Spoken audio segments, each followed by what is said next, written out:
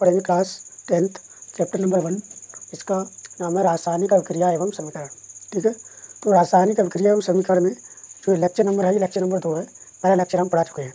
आज हम पढ़ेंगे कि द्रव्यमान संरक्षण का नियम क्या होता है। हम आपके लिए पढ़ा चुके हैं। मान लो हमारे पास कोई दो पदार्थ है, पहला पदार्थ है ए और दूसरा पदार्थ है बी। जब ये दो पदार्थ आपस में क्रिया करते हैं तो मान लो कोई दो पदार्थ में बनते हैं सी और ए। तो जो पदार्थ आपस में मिलते हैं उन्हें बोलते हैं अभिकारक। क्या बोलते हैं? अभिकारक। और अभिकारक मिलकर जो नया पदार्थ बनाते हैं इन्हें बोलते हैं उत्पाद। ठीक है, ये चीज़ हम पढ़ा चुके हैं। आज हम सीखेंगे कि द्रव्यमान संरक्षण का नियम क्यों पढ़ते हैं। तो आज हम पढ़ेंगे द्रव्यमान संरक्षण का नियम। द्रव्यमान संरक्षण का नियम। ठीक है, अंग्रेजी में बोलते हैं law of conservation of mass. ठीक है, अब देखो हमने 9th क्लास में पढ़ा था ऊर्जा संरक्षण का नियम। सेम उसी से आधारित ये नियम है जिसका नाम है द्रव्यमान संरक्षण का नियम।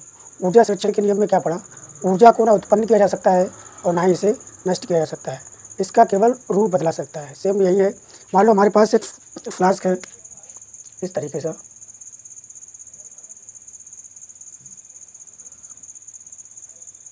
ठीक है, और इस फ्लास्क में मैंने कुछ यहाँ द्रव पदार्थ मिला दिया। मान लो वो द्रव पदार्थ है ए। ठीक है, उस द्रव पदार्थ का नाम है ए। और इसमें मैंने दूसरा जो पदार्थ मिलाया है मान लो परख नली की सहायता से, ये परख नली मान लो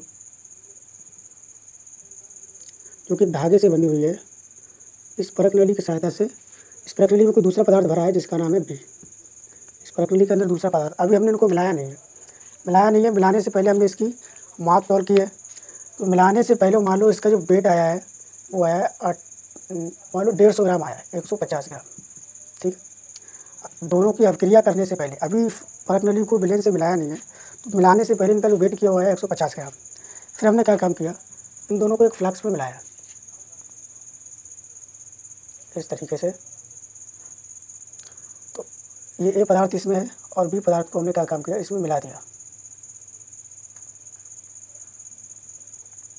इस तरीके से। इसमें हमने मिला दिया। मिलाने के बाद जब मैंने इसका हमने माप तौल की द्रव्यमान को मापा तब भी हमें कितना मिला, 150 ग्राम। मतलब अभिक्रिया से पहले और अभिक्रिया के बाद द्रव्यमान में कोई विशेष अंतर नहीं आया है। ना ऐसा हुआ है कि 150 का 155 ग्राम हो जाए या 155 का 150 का 145 ग्राम हो जाए। मतलब द्रव्यमान ना तो उत्पन्न कर पाए हम और ना ही उसे हम नष्ट कर पाए। तो द्रव्यमान संरक्षण का नियम क्या है कि किसी भी रासायनिक अभिक्रिया में ना तो द्रव्यमान उत्पन्न होता है और ना ही द्रव्यमान नष्ट होता है। मतलब द्रव्यमान अविनाशी है। तो लिख सकते हैं किसी रासायनिक अभिक्रिया में द्रव्यमान का ना निर्माण होता है का ना तो निर्माण होता है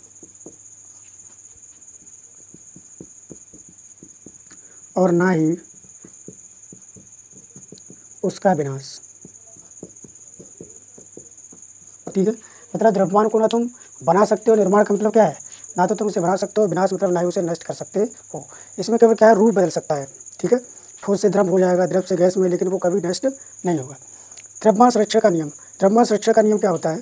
देखो यहाँ जो मिले हैं ए और बी, ये है अभिकारक। इसमें ये क्या बने, अभिकारक। तो अभिकारक को जो नया पदार्थ बना है इसके अंदर मान लो C+D बना है, तो ये चीज़ क्या है, उत्पाद। तो द्रव्यमान संरक्षण के नियम में क्या होता है, अभिकारकों का द्रव्यमान बराबर रहता है उत्पाद के। तो लिख देंगे यहाँ अभिकारकों का द्रव्यमान बराबर होगा किसके, उत्पाद के द्रव्यमान के। ठीक है, ये इसका फार्मूला है। तो द्रव्यमान संरक्षण का नियम क्या है, किसी भी रासायनिक प्रक्रिया में द्रव्यमान को ना तो निर्माण होता है और ना ही उसे विनाश किया जा सकता है। इसे बोलते हैं द्रव्यमान संरक्षण का नियम। को संतुलित किस तरीके से करेंगे आइए सीखते हैं। हेडिंग डालेंगे रासायनिक समीकरण को संतुलित करना। ठीक है। रासायनिक समीकरण को कैसे संतुलित करें। रासायनिक समीकरण को संतुलित करने से पहले हम कुछ चीज़ें आपको बताना चाहते हैं जिसको आप ध्यान से देखिए। मान लो हमारे पास एक फार्मूला है H2O, ठीक है। तो किसी भी रासायनिक समीकरण को संतुलित करते समय हमें जो बातें ध्यान रखनी है वो यहाँ देखिए। H2O जो है, तो जब भी हम किसी रासायनिक समीकरण को संतुलित करेंगे तो उसके फार्मूले में हम कोई भी चेंजेस नहीं करेंगे। जैसे H2O को में मान लो ऑक्सीजन जो है उसको मान लो हमें 2 करना है, तो हम यहाँ पे 2 नहीं लिखेंगे, ऐसा नहीं करेंगे H2O2। मतलब फार्मूले के अंदर हमें कोई भी चेंज नहीं करना है। और हमें ऑक्सीजन को 2 करना है तो हम यहाँ पे 2 लिख सकते हैं, लेकिन फार्मूले के अंदर कुछ भी नहीं चेंज कर सकते हैं। ध्यान रखना, जब भी हम किसी रासायनिक समीकरण में किसी तत्व को बैलेंस करते हैं तो आपने ऑक्सीजन की संख्या 2 करी है तो हाइड्रोजन की संख्या बदल जाएगी। देखिए ऑक्सीजन के नीचे यहाँ पे 1 होगा, तो हाइड्रोजन कितने हो गए, 2 दूनी 4, और ऑक्सीजन देखो 1 दूनी 2, ठीक है। और पहले हाइड्रोजन कितना था, केवल 2, और ऑक्सीजन कितना था, 1। तो ध्यान रखना, जब भी हम किसी रासायनिक समीकरण में किसी यौगिक को बैलेंस करेंगे, किसी तत्व या किसी एलिमेंट को बैलेंस करेंगे तो उसके यौगिक के अंदर हमें गुणा नहीं करनी है, ठीक है। ये बात आपको ध्यान रखनी है। मान लो एक चीज़ है, एक फार्मूला और ले लो, जैसे H2SO4। इसमें मान लो हमें ऑक्सीजन को 4 से करना है 8, तो हम H2SO4 है तो यहाँ 2 से गुणा नहीं करेंगे, यहाँ पे 2 से गुणा नहीं करेंगे। जो भी गुणा करेंगे वो यौगिक के बाहर करेंगे। 8 करना है तो यहाँ पे लिख देंगे 2, ठीक है। तो हो जाएगा 2, ये 4 है, 4 दूनी 8। लेकिन ध्यान रखना, गुणा करने से पहले हाइड्रोजन देखो, इसमें हाइड्रोजन कितने, 2 हाइड्रोजन है, ठीक है। सल्फ़र कितना, 1 सल्फ़र है, और ऑक्सीजन कितने, 4 ऑक्सीजन है। अगर हम इसमें क्या करें, ऑक्सीजन की संख्या बदलें, जैसे लिखा है H2SO4, ऑक्सीजन करना 8 तो यहाँ 2 से गुणा करेंगे। आपने बदला केवल ऑक्सीजन को है, लेकिन ऑक्सीजन के साथ हाइड्रोजन भी बदल गया और सल्फ़र। यहाँ 1 लिखा होगा, जिसके नीचे कुछ नहीं, उसके नीचे 1 मान लिया जाता है। तो देखिए हाइड्रोजन कितने हो गए, 2 दूनी 4, जबकि पहले कितने थे हाइड्रोजन, केवल 2। सल्फ़र 1 दूनी 2, सल्फ़र हो गया 2। ऐसे ही ऑक्सीजन हो गया 4, 4 दूनी 8, ऑक्सीजन हो गया 8, ठीक है। तो एक बात ध्यान रखनी है, जब भी हम किसी रासायनिक समीकरण में बदलाव करेंगे तो समीकरण के यौगिक में अंदर कोई हमें बदलाव नहीं करना है। तो आइए सीखते हैं कि रासायनिक समीकरण को कैसे बैलेंस। देखिए एक जो समीकरण लिखा है Fe + H2O Fe2O4 + H2O, इस समीकरण को हमें बैलेंस करना है। बैलेंस करने से पहले क्या करेंगे, जो ये समीकरण दिया है उसको एक बॉक्स में, हर LHS और RHS को एक बॉक्स में रखना है। हमें पता है, इसको इस तरीके से बॉक्स में बंद करेंगे, इसी प्रकार इसको भी इस तरीके से बॉक्स में बंद करेंगे। बॉक्स में इसलिए बंद करना है क्योंकि हमें यौगिक के अंदर कोई भी छेड़खानी नहीं करनी है, ठीक है। फिर क्या करेंगे, एक तरफ एक सारणी बनाएंगे। यहाँ पर हम एक सारणी बना रहे हैं। एक तरफ लिखेंगे तत्व, उस तत्व की संख्या LHS में कितनी है और उस तत्व की संख्या RHS में कितनी है, ठीक है। अब यहाँ देखो तत्व कितने हैं, एक तो Fe है, दूसरा हाइड्रोजन है, H ऑक्सीजन है, ये 3 तत्व हैं। तो लिखेंगे Fe H और ऑक्सीजन, ठीक है। फिर क्या करेंगे, तीर के निशान की जो पहले लिखे होते हैं यौगिक, ये जो भाग आता है उसे बोलते हैं LHS, यानी हम अभिकारक भी कहते हैं। क्या बोलते हैं, अभिकारक। अंग्रेजी में बोलते हैं रिएक्टेंट, ठीक है। तीर के निशान के उस तरफ वाले जो होते हैं उन्हें बोले उत्पाद, और इसे बोलते हैं RHS। उत्पाद को इंग्लिश में बोलते हैं प्रोडक्ट, ठीक है। अब देखिए हम पहले LHS में देखेंगे कि Fe के कितने परमाणु हैं, 1 परमाणु, हम लिख देंगे 1। RHS में Fe के कितने परमाणु, 2 है, Fe2 लिखा है, मतलब RHS में कितने हैं, 2 हैं। इसी तरीके से LHS में हाइड्रोजन के देखेंगे 2 परमाणु हैं, तो हाइड्रोजन के 2 परमाणु, और RHS में हाइड्रोजन के कितने परमाणु हैं, 2 परमाणु। इसी प्रकार LHS में ऑक्सीजन 1 है और RHS में ऑक्सीजन 4 है। अब यहाँ तुम देख रहे हो कि केवल एक तत्व बैलेंस है हाइड्रोजन, और 2 Fe और ऑक्सीजन बैलेंस नहीं है, क्योंकि हाइड्रोजन इसलिए वैसे बैलेंस है क्योंकि इसमें LHS और RHS में परमाणुओं की संख्या कैसी है, बराबर है। जबकि Fe में LHS में Fe 1 है और RHS में 2 है। इसी तरीके से ऑक्सीजन देखो वो भी डिसबैलेंस है, तो इनको हम क्या करेंगे, बैलेंस करेंगे।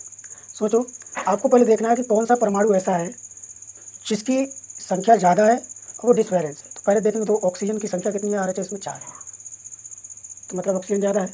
पहले हम क्या करेंगे, इसे बैलेंस के लिए RHS में ऑक्सीजन 4 है तो LHS में भी कितनी करनी पड़ेंगी, 4। तो हम क्या करेंगे, यहाँ लिखेंगे 4, LHS में ऑक्सीजन यहाँ पे, तो यहाँ पे 4 नहीं लिख सकते, ये गलत हो जाएगा। तो ऑक्सीजन 4 है तो यहाँ पे लिखेंगे यहाँ पे, ठीक है। अब हमने जब यहाँ पे 4 की गुणा कर दी, अब देखो क्या कोई समीकरण में कोई ये स्टेप नंबर पहला आ गया। दूसरी समीकरण में फिर से हम इसी को लिखेंगे Fe प्लस 4H2O, एरो लगाओ। दूसरा क्या है Fe2O4 प्लस H2। ठीक है, अब हम फिर एक साड़ी बनाएंगे, उसमें लिखेंगे, एक तरफ लिखेंगे तत्व, एक तरफ लिखेंगे LHS, एक तरफ लिखेंगे RHS। तत्व 3 है Fe, H और O। अब देखो LHS में Fe कितना है 1 और RHS में कितना है 2, मतलब Fe डिसबैलेंस।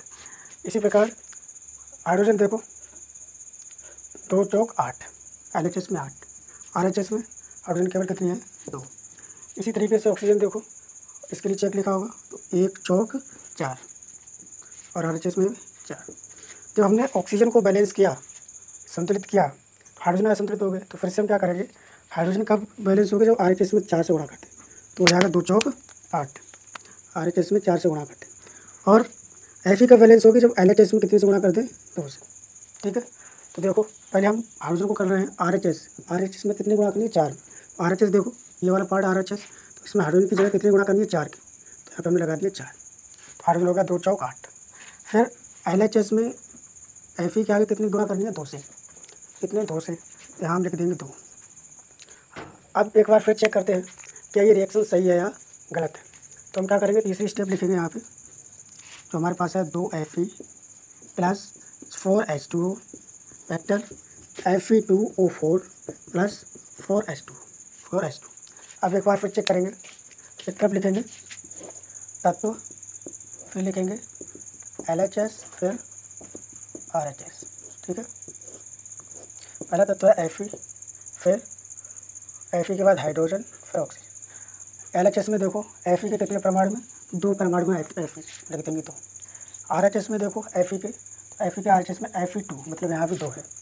LHS में देखो हाइड्रोजन के कितने परमाणु हैं, LHS में हाइड्रोजन है 2 चौक 8, RHS में देखो 2 चौक 8। इसी तरीके से LHS में ऑक्सीजन के परमाणु देखो, ऑक्सीजन कहाँ पे है, ये है, तो ऑक्सीजन है 4, इसके नीचे 4 एकम 4, और RHS में O4 मतलब 4। अब देखो LHS और RHS में हर परमाणु के जो संख्या है वो बराबर है, प्रत्येक तत्व के जो परमाणु की संख्या है वो बराबर है। तो इस तरीके से समीकरण को संतुलित किया जाता है।